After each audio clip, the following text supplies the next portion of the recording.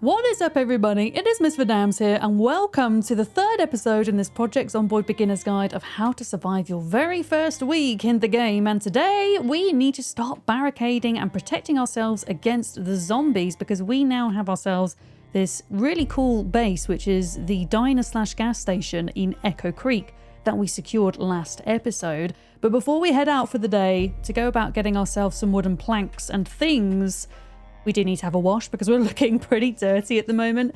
Now, we weren't very successful in finding a hammer last episode. We did look in several different places and unfortunately didn't find one.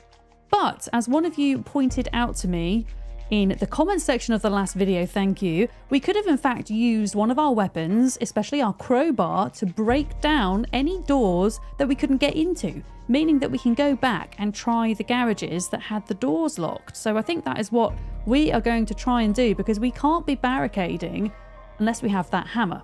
So let's grab ourselves some frozen cake, which should hopefully defrost by the time we come to eat it. I'm going to grab 4 slices. I'm going to grab that neat condition crowbar, equip it in both hands, and there is a little garage shed thing right next door to our base that I would like to try first. I don't know if we're going to be able to get in here. Now, usually you can't get into garage doors. I'll give it a little rattle to see if there are any zombies on the other side, because they'll be attracted to the noise. How about this door? Well, turns out the door is open all along. But let me demonstrate to you, if you do have a weapon, you can go into combat stance and hold down your left click and just continually hit until the door breaks. And it doesn't actually take that long when you've got a crowbar, because a crowbar is pretty damn strong and durable for that matter. There we go, broken down. What have we got inside here? There are no zombies, thankfully. A box full of clothes, not massively useful. How about over here? A box full of nothing. Even better. Box full of magazines. Okay, this is not looking too great. Ooh, okay. A box full of fishing supplies. I'm going to grab all of those because this will come in handy down the line when we're ready to start fishing and think about a more sustainable long-term food source. Oh, here we go. Look, ball-peen hammer. Let's go. I'm going to grab that. Leave the rest behind for now. Is there anything else useful here before we move on? Maintenance level 1. Absolutely fantastic book. So I'm going to grab that. Leave the other bits for now. And now that we have our hammer, we can think about barricading our base. But we do need our box of nails first. So I'm going to go grab those and then we can take a look at what we can do. Alright, so if we're going to think about barricading our base, we're going to need to get hold of some wooden planks. There are several ways to do that. I'm going to grab my nails because we will need those to board the windows up with the planks. The first method that you can try in order to get your planks is you can try to dismantle furniture. And technically, for some pieces of furniture, you do need a saw and a hammer, like this table. However, if you have a bed that you can afford to dismantle, you will only need a hammer to do that. You can see here that there is a 25% chance that when you dismantle this bed, you will gain a usable item. It's quite a low chance. And in order to increase the chance of getting usable items, you will need to increase your carpentry skill. But we're going to risk it. We're going to give it a go. And I'm going to dismantle this with my hammer. Okay, so as you can see, all we got, unfortunately, was scrap wood from that. So we can continue to dismantle stuff if we want. For example, this maple desk can also be dismantled. But again, very low chance that we're actually going to get anything usable. So how else can we go about getting wooden planks? Well, there's several ways that we can do this. One of which being, if you have yourself an axe, you can actually go up to trees and you can chop trees down and then saw up logs. Unfortunately, I don't have an axe, so I can't do that. But do you know what we can do? In fact, let me go grab the frickin' saw, because we can actually find logs on the ground and saw those up into planks. And for every log we get, we can get 3 planks from. So let me show you how to go about finding logs in the wild. I'll show you what they look like on the ground. They're pretty common in wooded areas, but obviously we've got to be careful going into the trees because trees can block line of sight from zombies. I can see one just here behind this tree. I can right click on it and remove log from the ground. These things are quite heavy, so just be cautious about that. All right, there we go. Yeah, we can see how heavy that log is there. Now, if I go into my inventory, find the log, right click on it, saw log into planks. We should get ourselves 3 planks from doing this. There we go.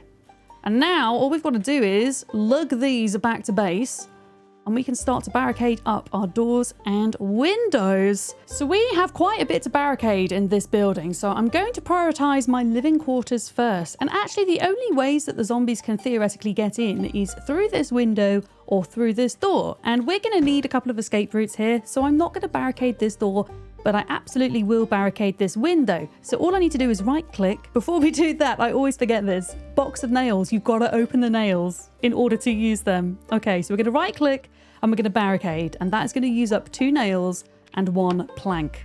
There we go. We can actually barricade up to 4 times on either side of the window. So that is a total of 8 times.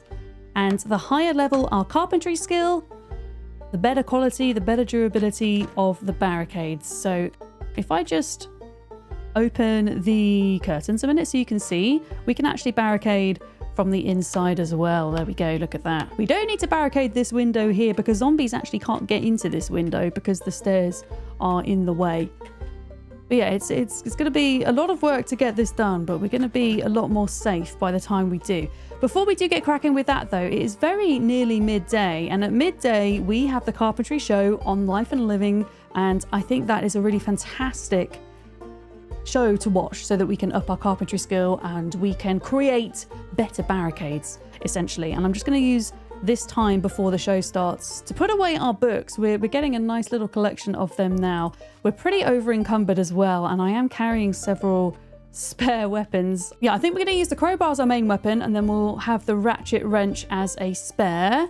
Is there anything else I can offload? Yeah, all of the fishing stuff. And yes, I am using the washing dryers as storage units at the moment. They have 20 capacity, which is pretty decent. So why the hell not? We've got the lead pipe. In fact, you know what?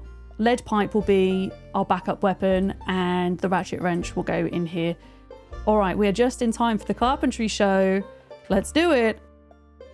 And there we go. We are at carpentry level 2, well on our way to carpentry level 3. Awesome. Now, we could just continue grabbing logs from the forest, sawing them up and barricading the base, but there is technically a third way that we could find planks to barricade our base with. It is possible to find buildings known as survivor houses within the world. They do have a random chance of spawning in, but there are also a set number of guaranteed locations for these houses, and there is one such house here in Echo Creek. And these houses have usually some pretty good loot inside, or they contain zombies, which have some pretty good loot on them. And not only that, they have their windows and sometimes doors barricaded.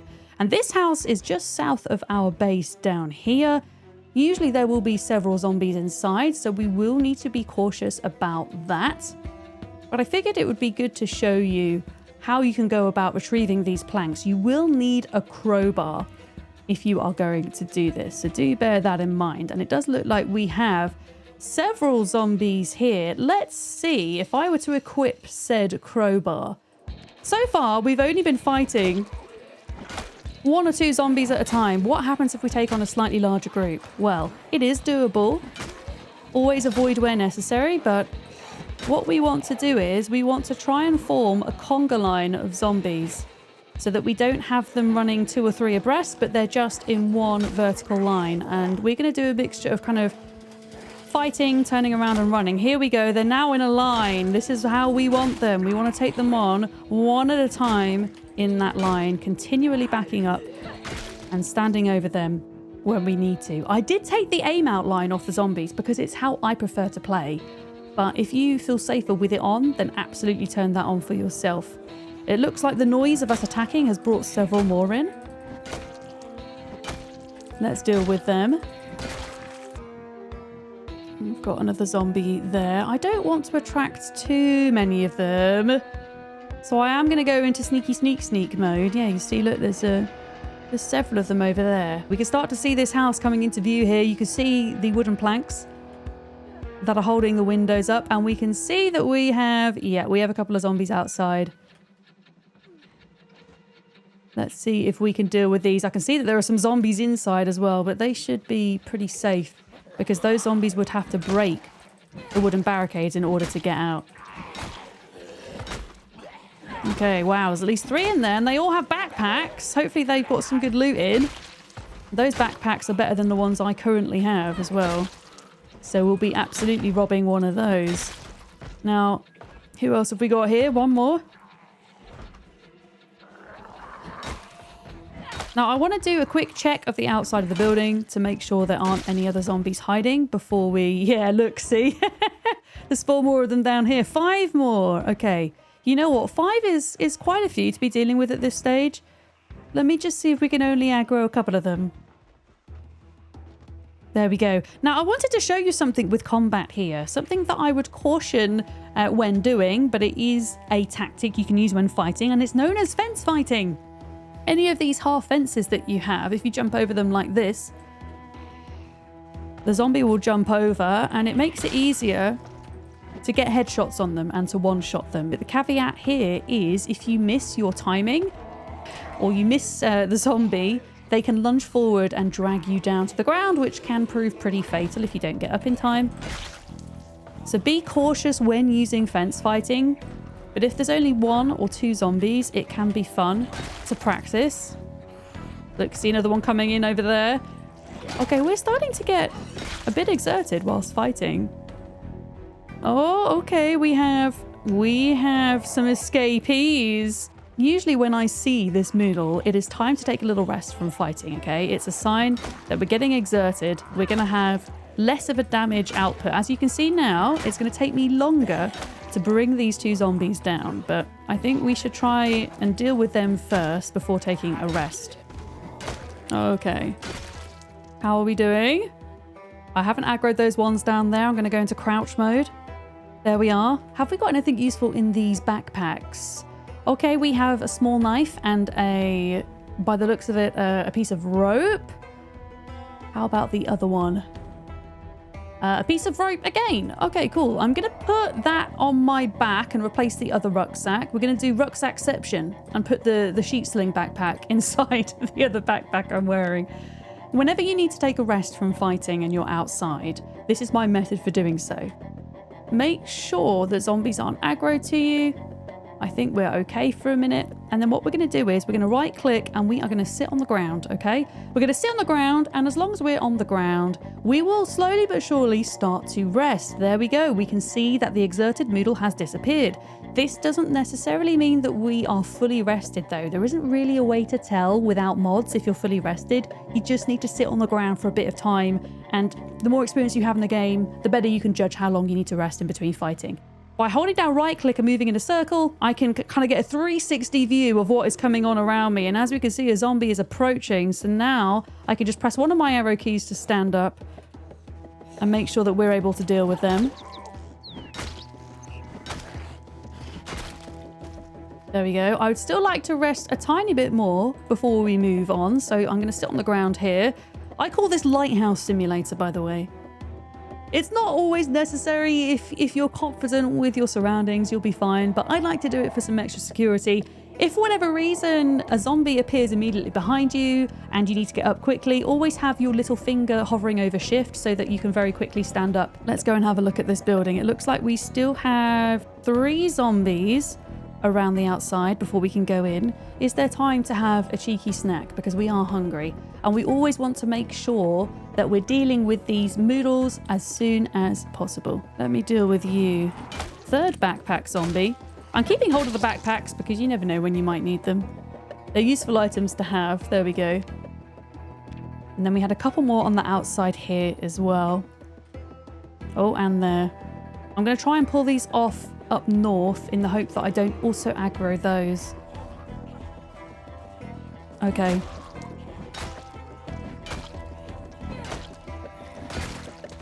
One down.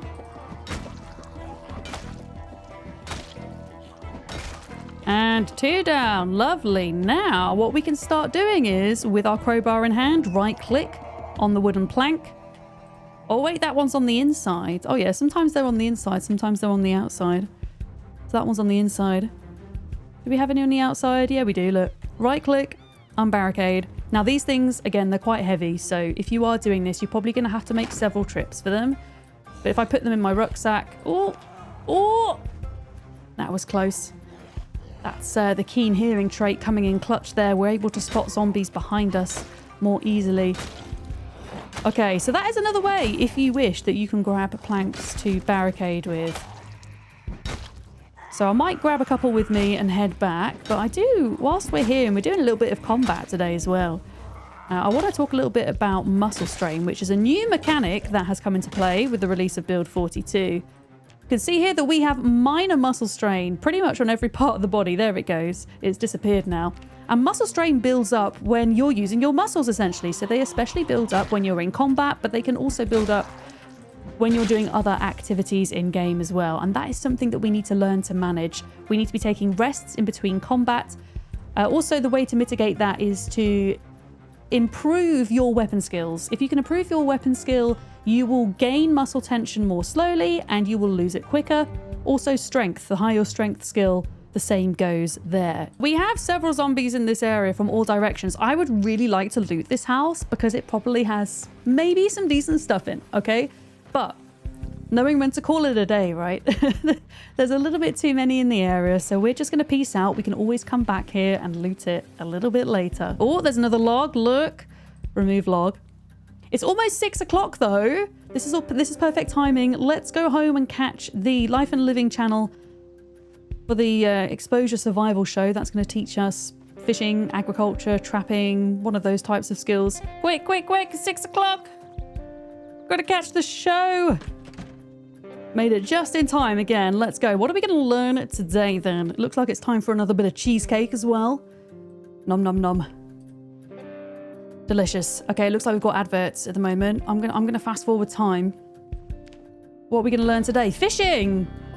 Amazing! And we got a first skill point in fishing. We will talk about fishing at some point during this beginner's guide as well. We will do a little bit of that. I really enjoyed the fishing minigame in Project Zomboid. But yeah, our skills are coming along nicely. 1 point in agriculture, 1 point in fishing, 1 point cooking, 2 point in carpentry, and almost 1 point in long blunt from using our crowbar as well. And we did start off with 7 points into fitness and strength because of our character build.